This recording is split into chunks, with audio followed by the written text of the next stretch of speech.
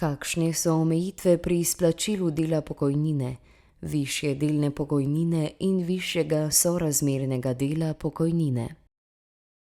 Del starostne pokojnine, to je 40% pokojnine, do katerega ste upravičeni, če ste vključeni v obvezno zavarovanje s polnim delovnim ali zavarovalnim časom in izpolnjujete pogoje za starostno pokojnino, se začasno ne bo izplačeval. Če zaradi začasne nezmožnosti za delo po predpisih o zdravstvenem varstvu in zdravstvenem zavarovanju daljše od 30 delovnih dni ne boste delali. Prav tako se del pokojnine ne bo izplačeval samozaposlenemu zavarovancu, ki ne bo imel v celoti poravnanih prispevkov za socialno varnost.